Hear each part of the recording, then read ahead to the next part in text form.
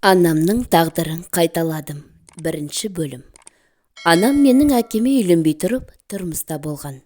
Күйеуі басқа әйел алып алған соң, сол себепті анам шыдамай кетіп қалған екен. Әңгіменің басын осымен бастадым. Қызық болса, соңына дейін тыңдаңыз. Қазір жасым 21-де. 21-де болсам да тұрмысқа шығып, тіпті ажырасып үлгердім. Оның барлығын жаймендеп түсіндіремін. Анамның бұрынғы күйеуінен бір ұлы бар. Ол ағам қазір үйленген. Үй жайы бөлек. Бұрынғы күйеуі анамды елемей басқа әйел алған соң, анам нағашы ата-әжемнің үйіне барып тұрған. Шамамен 2 жылдай. Ол кезде ағам Ерман 5 жаста болған екен. Біраз уақыттан соң нағашы әпкем анамды бір жігітпен таныстырады. Бірақ анам оны ұнатпаған көрінеді. Себебі ол өзінен 13 жас үлкен, әрі құлағы естімейді. Қанша қарсылық танытса да, нағашы әпкем анамды көндіріп, ақыры сол кісіге тұрмысқа шығуға мәжбүр қылады. Ол заманда ажырасып келу деген тозақпен бірдей. Намыс, ар, ұят деген мықты ұсталған. Ақыры анам көніп, болашақ күйеуімен жолығуға барады. Кездесуде ол күйеуінің құлағы дұрыс естімейді. Барлық нәрсені айқайлап айтуға тура келеді. Алатын зейнетақысы бар. Құлағында арнайы құрылғысы да бар екен. Күйеуінің 3 қыз, 1 ұлы бар. Олар анасымен бірге бөлек тұрады. Алимент төлемейді екен. Анам Ерман ағам туралы айтқанда оның өзімен бірге алып келуге түбегейлі қарсы болғаны көрінеді. Сол сәттен бастап Ерман ағам нағашы атам мен апамның жанында болған. Тіпті нағашы атамның атына жазылған. Аты жөні Жұманов Ерман Жұманұлы. Көп ұзамай анамды үйден алып кетіп, шағын салтын жасап өз үйіне қондырды. Одан соң анам жаңа ата-енесімен көп уақыт тұрмай бірден қалаға бөлек шығып кетті. Біраз уақыт пәтер жалдап, сандалып жүріп, жатақханадан бір бөлмені ақшалары көтергенде сатып алады. Дәл сол уақытта маған аяғы ауыр болған екен. Әкем базарда біраз уақыт жүк тасушы болыпты. Анам болса бір үлкен супермаркетте еден жуушы қызметін атқарған екен. Маған аяғы ауыр болса да, біраз еңбектеніп тырбаңдап ақша жинаған екен. Көп ұзамай көктемнің 1 айында мен дүниеге келдім. Есімім Назима. Әкем қойыпты. Мен туылғанда да анам мені де жұмысқа ертіп алып барып істеген екен. Көп ұзамай сіңілім Назира дүниеге келді. Оның да есімін әкем қойған. Ол менен 2 жасқа кіші. Екеу болғандықтан анамның жұмысында қиындықтар шығып, біраз үйде болдық. Жанымызда әкеміз болды. Ал анамыз күндіз-түні жұмыс жасап жүрді. Бізге әкем қарады. Әкем қанша мүгедек, құлағы естімейтін, үлкен кісі болғанымен бізге мықты тәрбие берді. Жан-жақты шыңдады. Тазалықты мықтылап үйретті. Бірақ әкем мен Ерманның бастары сыйыспады. 2 қошқардың басы бір қазанға сыймайды деуші еді ғой. Екеуі үнемі ұрсып қала беретін. Себеп жоқ, бірақ ұрыс көп. Ерман ағам нағашы ата-әжемнің үйінде тұратын. Назира екеуміз анда барғымыз келетін. Бірақ әкем ол жақта Ерман болғандықтан бізді үнемі жібермейтін. 4 немесе 5 рет қана барған шығармыз. Нағашыларымның үйіне барайыншы десем, әкемнің төбе шашы тік тұратын. Назира екеуміз бір мектепте оқыдық. Ол менен 2 сынып төменде болды. Арамыз 2 жас қана болғандықтан ба, тым тете болып өстік. Мен 11 сынып оқып жүрдім. Ал Назира 9 сыныпта болды. Екеуміз де сұлу әрі ұзын бойлы ақ құба болдық. Көп адам бізді байдың қыздар деп ойлайтын. Жүріс-тұрысымызда, көкіректігіміз, асып-тасып бара жатқан сөздеріміз біздің жағдайымызды білдіртпейтін. Біздің үй ішімізді бірең-саран ғана адам біледі. Оның өзінде көршілеріміз ғана. Көп жігіттер сөз салып, қаладағы танымал студияларға жұмысқа шақыратын. Бірақ 18-ге толмағандықтан ол жерлерде жұмыс жасай алмаймыз. Арада біраз айлар өтті. Мен мектепті бітіріп, кондитерлікке оқуға түстім. Сіңлім де 9-дан соң сол жерге түсті. Екеуміз үнемі бір жерге жүрейік деп бір жерді таңдадық. Бір жағы қаражаттың жеткен жері сол еді. Өмір тосын сыйға толы екен. Мен күтпеген жағдай мені таң қалдырып біраз уайымға салды. Бәрін бір Аллаға тапсырдым. Оқып жүріп, біраз выпечкаларды пісіруді үйрендім. Бір жағы модель ретінде жұмыс жасай бастадым. Себебі бойының ұзындығы мен тіп-тіке жүретінім барлығын таң қалдыратын. Біраз ақша жинап алдық. Өзіміздің стипендиямыз да бар. Біраз жоспарларымыз бар еді. Бірақ әкем ақшамыздың барлығын алып алды. Құлағына жаңа аппарат алу керек екен. Сол үшін оған қатты қынжылмадық. Не дегенмен әкеміз ғой. Әкемнің денсаулығы біз үшін қымбат. Біреулер әкеге зар болып жүр. Әкемнің барына шүкір. Бірақ кейде әкем ұрсып жекеген кезде қатты ашуым келеді. Өмірімен налып, неге мұндай әке бердің деп Құдайға өкпемді айтқан кездерім болды. Бірақ кейін ұмытып кетемін. Алайда бәрібір іште бір нәрсе тұрады. Арада 1 жыл уақыт өтті. Әкем ойда жоқта мені оқудан шығарып алды. Ал сіңілім сол жерде оқып жатты.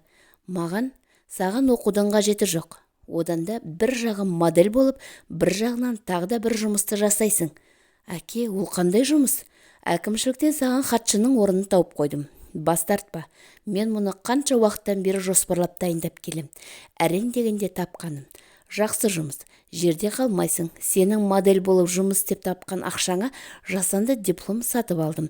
Сол арқылы жұмысқа тұрасың. Әкетайым-ау, қалай бас тартамын? Бұл деген керемет қой. Оқымадым деп бастысы налыма. Сен үйдің үлкенісің. Отбасыңды асырау сенің мойныңа жүктеледі. Анаң да қатты шаршап жүр. Қашанға дейін анаңның ақшасына жармасып отырамыз? Әрине әкешім, бас тартпаймын. Сіздерге қиыншылық көрсетпеймін. Уәде берем, Әкетай. Хатшы ретіндегі жұмысымды бастап кеттім. Әкем айтқанда жасанды дипломмен тұрдым. Бірақ оны ешкім білмейді. Білсе қатты айқайдың шығары сөзсіз. Бақытыма орай қатты қиналмадым. Қағаз толтыру, бастыққа су, шай апарып беру. Барлығы мен ойлағандағына оңай жұмыс екен. Көбісі қайда оқыдың, қандай универ, нақты қай салада деген сұрақтармен басымды қатырды. Бірақ ашып ешкімге еш нәрсе айтпадым. Қолым тимей жатыр деген желеумен көбіне құтылып кететім. Күнделікті жұмысымды бітіріп, қайтып бара жаттым. Бір көлік жаныма тоқтады. Өзі келісті келген денелі ірі жігіт. Үйіңізге жеткізіп салайын.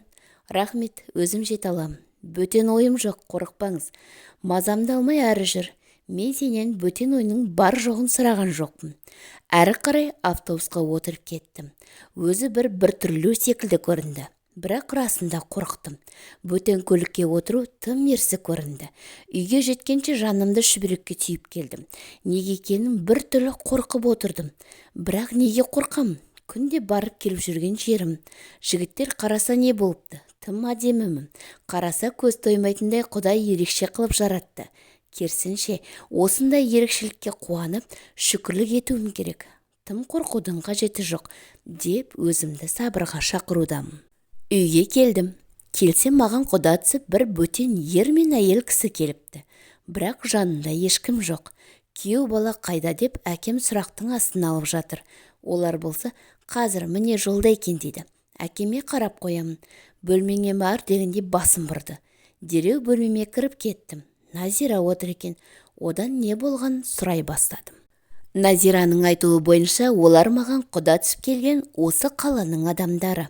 Бар жағдайымды жасайтын көрінеді. Бірақ жігіт жұмыстан шыға алмай жатыр екен. Кешігіп келеді деп жатыр. Мән-жайдың басын біліп алдық. Енді әкем мендей шешім қабылдар екен. Менің қазір тұрмыс құратын ойым жоқ. Мен жұмыс жасап, өз-өзіме көңіл бөлуім керек. Ата-анамды және өзімізге жақсы пәтер алу үшін ақша жинауым керек. Көп ұзамай есік қоңырауы басылды. Есікті анам ашты. Күйеу жігіт келген көрінеді. Келіп, амандасып білісіп жатыр. Бірақ неге екені белгісіз, дауысы тым таныс. Бір жерден естіген сияқтым. Есіктен сығалап тұрғанымда, Назима, бері кел деген дауысты естіп шошып кеттім. Жайлап шықтым да ас бөлмесіне қарай бара жаттым. Сөйтсем сол, дәл сол жолда мені апарып салайын деп жатқан жігіт. Дәл өзі, қарап тұрып жыным келді. Ашуым шығып тұрғаны сонша айқайлап бердім. Сенбе сонда, өзің кешіп келе жатсаң да жолда басқа қыздарға қырындап келе жаттың. Ондай адаммен қалай отау құрмақпын? Әкем ашуыңды бас қызым деп жатты. Одан сайын ашуланып кеттім. Тіпті қаным басыма шауып жатқандай. Тіпті тоқтай алар емеспін. Бір уақытта әлгі күйеу баласымақ, неге сонша ашулысың?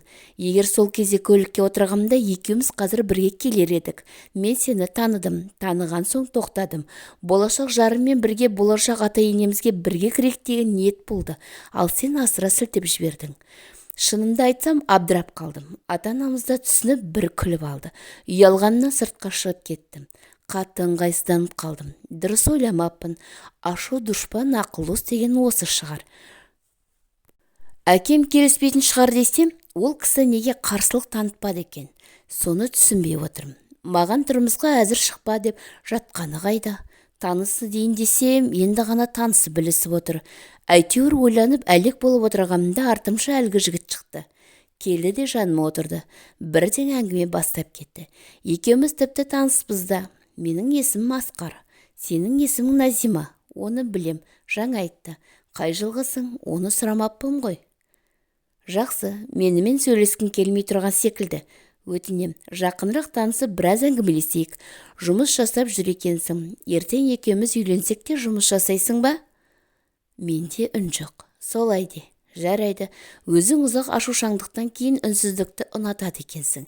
Ендеше былай жасайық. Егер ертең екеуміз үйленіп жатсақ, сен жұмыс жасамайсың, үйде отырасың. Жоқ, неге үйде отыруым керек? Үйде отырмайым, жұмыс жасаймын. Жа, мақұл жасайсың. Тек сені сөйлеткім келген. Оның бұл сөзіне шыдамай күліп жібердім. Солай екеуміз сөйлесіп кеттік. Өзі тым ақылды, сүйкімді, әрі әзіл қой жігіт. Маған расында ұнап қалды. Адамды сөйлете біледі. Еркектік мінезі бар, батыл, әрі ержүрек. Екеуміз біраз сөйлесіп болған соң әке-шешеміздің жанына бардық. Осылай олар өз үйлеріне қайтты. Үйге кірген соң бірден әкеме бардым. Әке, дұрыс шешім қабылдадыңыз ба? Маған біраз жұмыс жасайсың дегеніңіз қайда? Қызым-ау, осы қалада тұрады екен ғой. Жұмысқа жібереміз, бара береді деп жатыр. Жақсы кісілер көрдің ғой өзіңде. Неге сонша ашуланасың? Жай, неге сізді жай ғана рұқсат берді деп жатқаным ғой. Жа қойшы қызым, шай тамағыңды іште ертелік демал. Шаршаған шарсың. Иә, жақсы. Таңертеңгісін жұмысқа бара жаттым. Жолда Асқар жолықты. Мені жұмысқа барып тастады. Өзімен бірге түрлі тәттілер алып келіпті. Онысына риза болдым. Егер ол мені бұлай еркелете берсе, мен басына шыға аламын ғой деп ойланып қалдым. Жұмыстан шыққан соң тағы да келіп саябақтарға қыдырдық. Кешкі асымызды іштік. Екеуміз осылай күнде кездесіп жүрдік. Оған деген сезімім күшейе түсуде. Тіпті оны көрмесем тұра алмайтындай болдым. Бір күндері ол Ташкентке кетпекші болды. Өзі балмұздақпен айналысады екен. Ташкенттен балмұздақтың заттарын алуы керек көрінеді. Солай 10 шақты күнге барып қайтамын деді. Қимай әрең қоштастым. Пойызге шығарып салып, өзіме вокзалда біраз ойланып тұрып қалыппын. Кенет телефонның дыбысынан естідім. Анам хабарласып жатты. Алло, анашым, қызым, тез үйге жетші өтінем. Мам, бәрі жақсы ма, не болды? Жақсы емес қызым, әкеңнен айырылып қалдық. Тезірек үйге жет, әкең қайтыс болды. Телефонды қояр қоймас таксиге міндім де үйге қарай асықтым. Келгенше екі көзімнен тоқтамастан жастар парлап жатыр. Мұндай боларын кім білген? Бір демде неге бұлай болса салды? Әкесіз өмірді қалай сүрмекпіз? Үйге де жеттім. Біраз туыстарымыз жүр екен. Бір бөлмелі үйімізде толы адам. Ине шаншыр орын жоқ. Анам мені сыртқа шығарып, Назима, өз-өзіңді ұста, жарема, көрсетің орынға барып отыр. Мам, не болды өзі? Әкем қалайша? Жүрегі бірден тоқтап қалды. Дәрігері алып кетті. Тексереміз деп, жанына өзінің бауырлары кетті. Назира ана жақта отыр. Сен де жанына бар. Оған да қиым. Бір-біріңе түреу болыңдар. Мен ас үйде боламын. Анам кетіп қалды. Мен болсам келген адамдармен көрісіп отырмын. Қанша шыдайын десем де көзімнен жасым тоқтамай жатыр. Бұлай боларын кім білген? Арада біраз уақыт өтті. Әкемді қара жердің қойнауына тапсырдық. Белгілеп қойған тойдың уақытын өзгерттік. Әкемнің 40-ын өткізуге дайындалдық. Уақыт шіркін демдек екен ғой. адамның емес, Алланың дегені болды. Әкемнің 40-ын өткізіп болған соң, көп ұзамай үйден ұзатылып шықтым. Өз үйіме, өз отбасыма бардым. Бірақ барған соң барлығы өзгерді. Күйеуіммен бірге құда түсіп келгендер оның ата-ене емес екен, туыстар екен. Асқардан оны неге жасырған? Туыстардың болса туысым деп неге айтпадың десем, үндемейді. Үйде қартайған 70-тен асқан жүре алмайтын анасы бар екен. Ал әкесі бұрындары қайтыс болып кетіпті.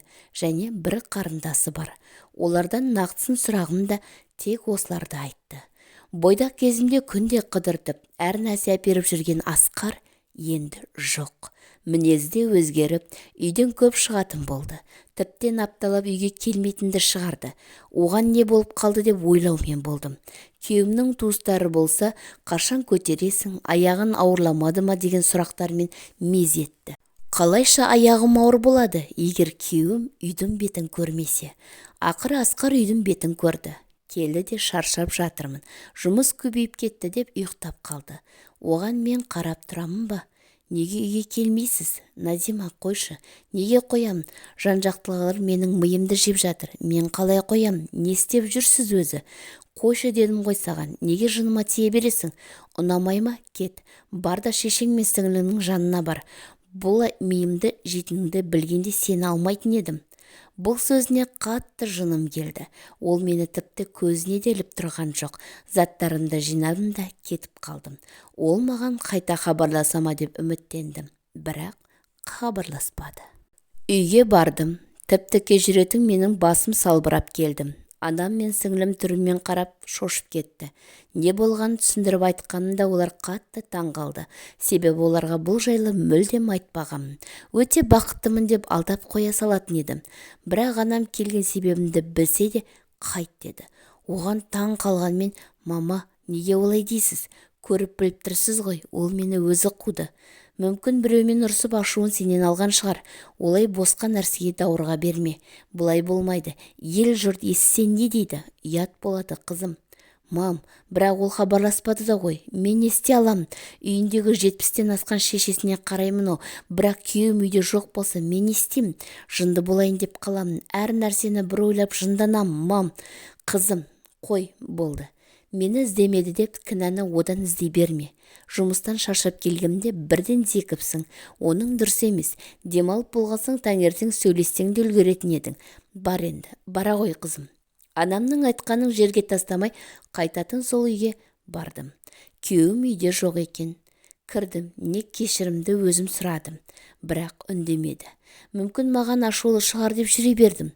Қайта-қайта бетіне қараймын. Бірақ менен жүзін ала қашады. Барған күні ертесіне тағы кетіп қалды. Мен бірақ бұл жолы бәріне шыдадым. Анамның айтқандары есіме түсіп, кетуге шыдамым жетпеді. Кәрі шешесіне қарасам, қаусыраған дұрыстап сөйлей алмайды. Маған дұрыс тілде қатпайды. Ай қалсын қайынсіңлім болса, басқа қалада оқуда. Үйге көп келмейді. Кәрі енемнің шай тамағын беріп, күнім есік пен телефонға телмірумен өтті. Жұрт болса мені өсектеп әлек. Бедеу екен ғой, мүмкін бермей жүрген шығар деп мені кінәлаумен әлек. Ешкім еркектің кінә іздемейді. Барлық кінә әйелден. Күндердің күнінде күйеуім үйге келді. Бұл жолы шыдамадым. Маған еш нәрсе айтқыңыз келмей ме? Үн жоқ. Мен сізге зат емеспін. Егер жасырып жүргеніңіз болса, айтыңыз. Мен қазір жүк көлігін жалдап қойдым. Үйге дей бергенде есік қоңырауы басылды. Асқар барып есікті ашты. Екі кісі келіп диванды, шифонерді, кухняны бұза бастады. Асқар менің артымнан келген заттарды неге бұзып жатыр? Олар біткенше жүр сыртқа, сөйлесіп қайтайық деді. Сыртқа шықтық. Асқар, сенен бір нәрсені жасырдым, және сол үшін кешірім сұраймын. Толық айтайын, сөзімді бөлме. Менің әйелім бар, бір қызым бар. Сені тек тоқалдық қалдым, анама қарасын деп алдым. Мен сізді сүйдім ғой, шын жүрегімен сүйдім, қатты жақсы көрдім. Тоқта, менің әйелім бар. Екеуіңді бірдей жақсы көрем деп ойладым. Бірақ сен өз әйелімдей бола алмайды екенсің. Қазір үйіне апарып тастаймын. Шешеңнен бір ауыз кешірім сұраймын. Үйдегі жүк, киім бәрін жүк көлігіне салды. Содан соң көлікке отырдық та төркініме қарай жүре жөнелдік. Бардық та мені анамның қолына ұстатты. Жылауға да шамам жоқ. Ештеңе түсінер алар емеспін. Күйеуім, яғни бұрынғы күйеуім осылай мені үйіме әкеліп тастап кете барды. Менің анамның тағдырына ұқсас тағдырым осы. Енді анам сияқты жарым жан жарасқан біреуге тұрмысқа шығатын шығармын. Білмеймін. Әйтеуір қазір үлкен күйзеліске түстім. Мұндайды ешкімге тілемеймін.